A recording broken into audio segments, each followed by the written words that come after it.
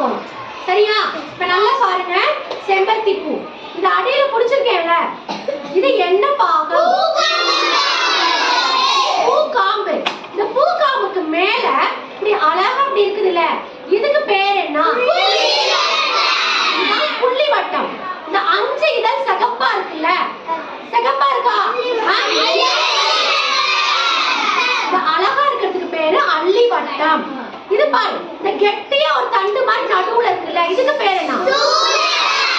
சூலகம். இது என்ன பாகம்? பூவுடைய இது பெண் பாகம். இது பாரு, இந்த மஞ்சள் கலர்ல சுத்தி இப்படி அழகா இருக்குல்ல, இது ஆண் பாகம் தான். இதுக்கு பேர் என்ன? முதல்ல மகரந்த தாள் வட்டம். இது ஆண் பாகம். புரியுதா? மொத்தம் இந்த பூக்கு 5 பாகங்கள் இன்னைக்கு நம்ம பார்த்திருக்கோம். இன்னொரு தடவை சொல்லலாமா? சொல்லுங்க, இது என்னது?